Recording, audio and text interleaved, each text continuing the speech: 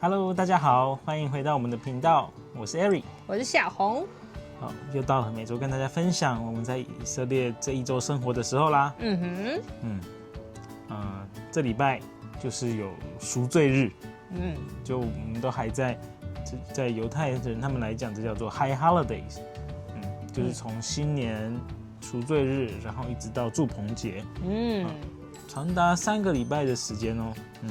比我们那个农历新年到元宵节还久哎。对，赎罪日呢，我们今天在录影的时间就是赎罪日快结束了，就是到今天天黑，赎罪日就结束。对，现在已经快傍晚了。之前我跟大家说嘛，赎罪日对犹太人来说就是最神圣的一天，但这天的话有一大堆的禁忌，简单来说就是所有那个安息日不能做的，他们赎罪日也通通不能做，而且是最高规格。就是很多不会遵守安息日的犹太人，这一天也都会稍微尊重。对，会比较尊重。也就是，平常的小爸可能还会开车出去，而今天就除非非常必要，那能不开车就不开车。所以街上呢是连计程车都很难得看到，基本就是看到警车跟救护车。如果真的有自用车的话，也都会闪黄灯，然后开好慢好慢哦。对啊，取而代之的就是满街满路的脚踏车，小朋友狂冲啊，马路都是让他家开的。对啊，就会看到很多小朋友比较斜的地方，从下面把他脚踏车啊，或是滑板车往上推，然后再从上面溜下来。对，我们就在那边想，这样小朋友是可以，几趟？对，他们玩几趟会累。我说如果是我的话，我想象如果是我小时候，我大概了不起3趟吧，因为那个坡很陡然后你还要牵着你的脚踏车，这样一路，然后你要玩的越开心，你就要爬越陡、越长、越远。我觉得我应该没办法。可是1年也就1天。一般可能是大人会带小孩出来一起骑脚踏车，可是呢，路上你也会看到很多是小孩带小孩，哥哥带弟弟妹妹们。对，而且不是那种国高中生带小学生啊，这样，是小学生带幼稚园，或者是幼稚园带幼稚园，有些看起来，有的超小的，就是还要它是3轮车的那种，不是辅助轮是3轮车，就是小小的那种学龄前的小孩，也是这样骑上去，然后溜下来。对啊，然后也因为这样，所有路上的交通号志，要么是变得不亮，就红绿灯不亮，或者是变成闪黄灯。之前有跟大家说到，从犹太新年到赎罪日中间的这10天，因为上帝主要呢会根据他们这一段时间的表现而去决定，他们接下来1年会是怎么样子。所以呢，这段时间的犹太人都会表现得特别好。有点像为了获得乖宝宝章的小孩。往年其实没有特别的留意到，但是今年不知道为什么，好明显哦。对啊，就是2间不同的超市，都有遇到里面，要么是店员，要么是路人，很积极来帮忙，很热心，而且是异常的热心，就说我想要帮你，请你一定要让我帮忙。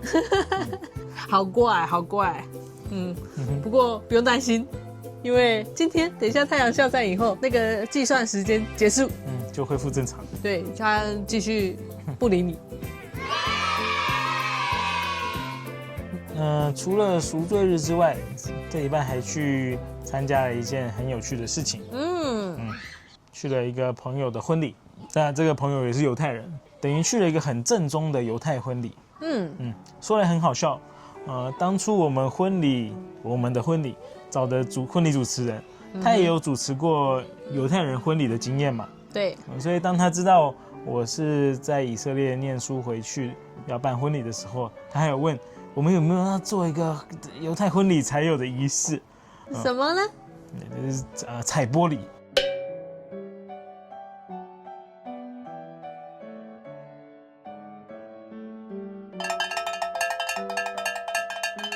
不过放心，他不是直接踩，它是把玻璃包在一个铝箔纸里面再踩。有些人甚至会把这个踩碎的玻璃再那个收集起来带回家保存好当纪念。那个婚礼是在耶路撒冷附近的一个阿拉伯村庄，叫做阿布狗什的地方办的。那在以色列，他们婚礼大部分都是在就是这样子一个特别 for 婚礼的一个场地。那一个场地通常就一次只能办一个婚礼，不像台湾有可能一个婚宴会馆可以办3、4个婚礼同时嘛，尤其好日子的话。不过以色列通常就是一个地方办一个婚礼。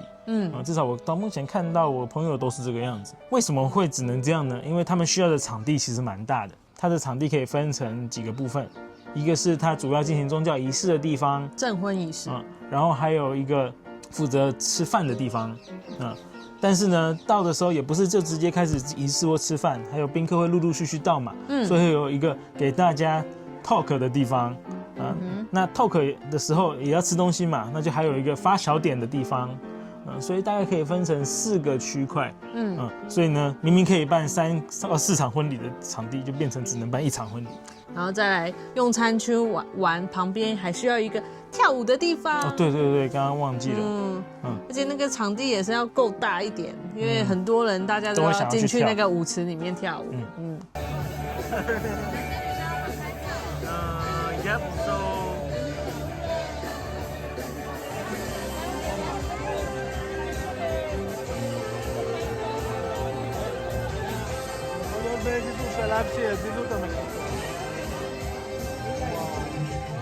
所以他们这个场地比较大，然后呢，餐点又比较多嘛，因为你多了一个大家宾客到的时候，这算是仪式开始前的小点。这样大家可以猜一猜，这边一般去参加婚礼要包多少钱？这边行情的话，最普通的，就是不是要300谢一个人？那300谢就是折合台币的话，就是快3000了。所以其实还好，跟台湾其实也差不多了。对，但是那个是你要，但是那是低消哦。你要很穷才可以包这个钱。然后其他的话，长辈他们去的话，也不要说是长辈，就是前辈去的话，可能那就是800、900、1000这样。只要是有正常收入的，那大概是要800到1000谢克。对，所以台币就要包到8000到1万一个人。一个人。那个我们参加这个婚礼啊，他办的那个场地很有意思。到的时候，它就是一个大下坡嘛。那个下坡蛮长的，一直下到底才会看到它整个场地。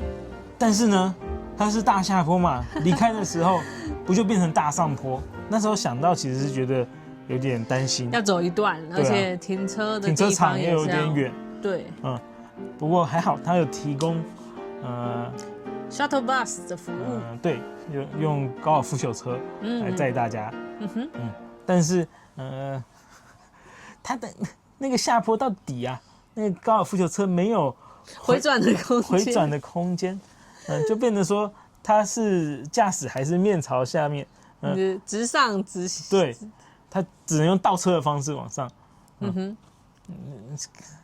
搭的当下是觉得有点害怕，对，不晓得。不会啊，我们后面不会害怕。哦，是吗？你可能是坐在第一排比较害怕。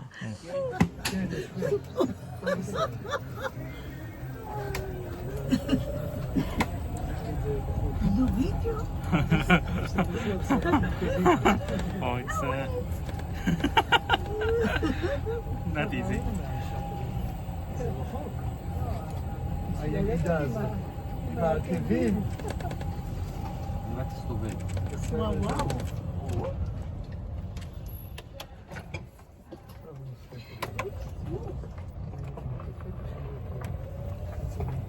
אתה רוצה לרדת פה בכניסה? הוא שמאלה אתה נוסע. 好，然后我们到现在还没有讲犹太婚礼它的过程是什么样子啊？就是大家宾客先陆陆续续到齐嘛，那到的时候呢，他现场会有个油桶，油桶旁边会准备很多信封，就可以把你的现金啊，或者是支票放在信封里投进去。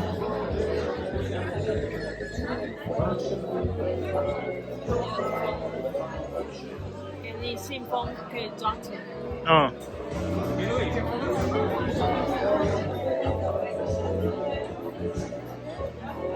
丢进去粘起来。好。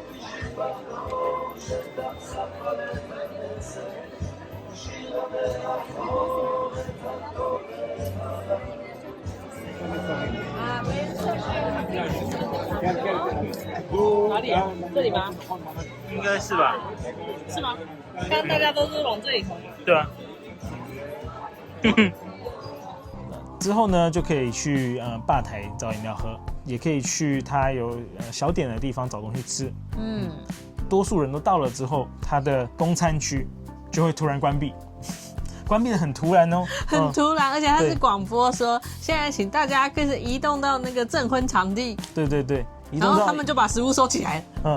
你要跟他多要一片面包，他都不会给你。就是这边已经结束服务 ，end of service，快走。然后呢，所有人就会移到他的进行宗教仪式的地方。那宗教仪式的地方最核心的就是它有一个棚子，希伯来语的话叫做虎帕。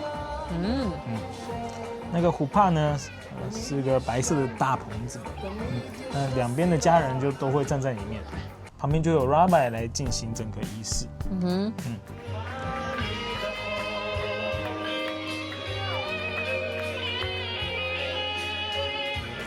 那仪式的话，就跟应该大部分的地方都差不多，也是会有男方长辈跟女方长辈给新人的祝福。然后呢，就会进到比较犹太传统的环节，像是有一个7个祝福，会有7个人上去，从讲祝福啊，到最后甚至是用唱的给祝福。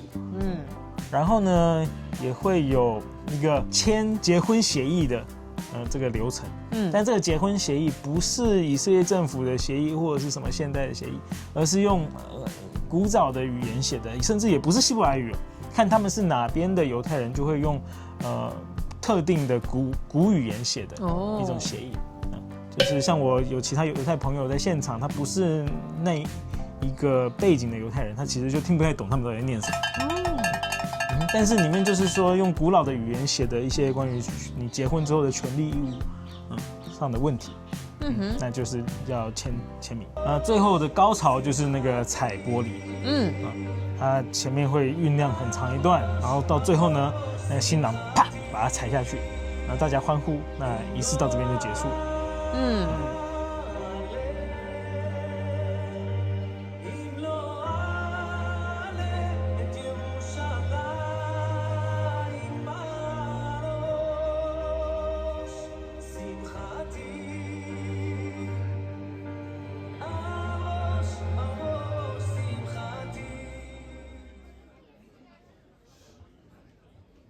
אם אשכחך ירושלים תשכח ימיני, נדבק לשוני לחכי אם לא אזכרכי, אם לא אעלה את ירושלים על ראש שמחתי.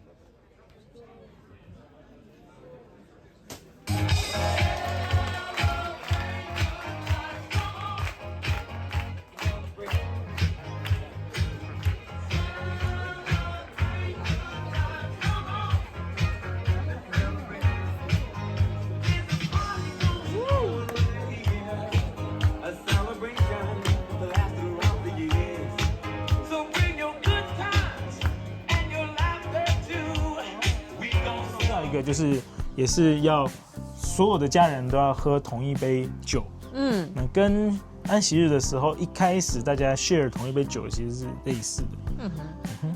那你知道谁喝最后一口吗？谁？新娘。是吗？至少我在场看到的是这样。就是犹太这个婚礼，你很明显可以感受到重男轻女，超级重男轻女的。就是譬如说那7个祝福，那全部都会是男生还有胡帕也可以是由人去扛的，那这个的话也只能由男生扛。还有就是Rabbi 一般也都是男的嘛，所以林林总总加起来，你可以很明显感受到，里面男生的地位要远高过女生。对啊，那个仪式结束之后，我们有看到很有意思的一幕，就是很多有戴 kippa 的爷爷们，对犹太的长辈们，男性吧，就一起在旁边祈祷。他们 Rabbi 在最前面，然后他们就是背对我们宾客。对，因为他们祈祷的方式很有特色，所以你很难不注意到。但是虽然这么多人都是有戴 kippa 的，可是呢，这个婚礼本身其实不是一个非常宗教式的婚礼。就是以他们这边正统犹太人的标准来看，正统哦，不是说极端正统，正统就是只有戴 kippa， 不见得要穿黑西装的。那这个都不算是一个宗教的婚礼。主要就是他的新娘穿的礼服是有露肩的。所以一看就知道他们不是到太严格。对不然应该是至少要遮到这。然后整个仪式结束之后，就大家去吃饭嘛。就kosher 的食物啊，kosher 的食物，然后比我们平常吃到的这个好吃。对啦，对，就一样是 hummus 啊，然后沙拉啊，六不同的沙拉，很多种沙拉。青菜。对，然后呢有2种主食可以选，有鱼跟一个绞肉的东西。都不错吃啊。但是我是觉得它的就是前面的小点比较好吃。我也觉得，它前面的小点吃的时间比较短。对，然后这不是我第一次这样觉得。我每一次参加犹太婚礼都这样觉得。你都觉得前面的小点比较好吃？对。就是它那个可以做的比较精致。那犹太的东西精致的很少见。然后后面的这个就是大锅饭了。我太菜鸟了，是犹太婚礼的菜鸟，完全什么都不懂，懵懵懂懂的。哎呀，还是我来拍，给你先吃。不用，你可以先吃。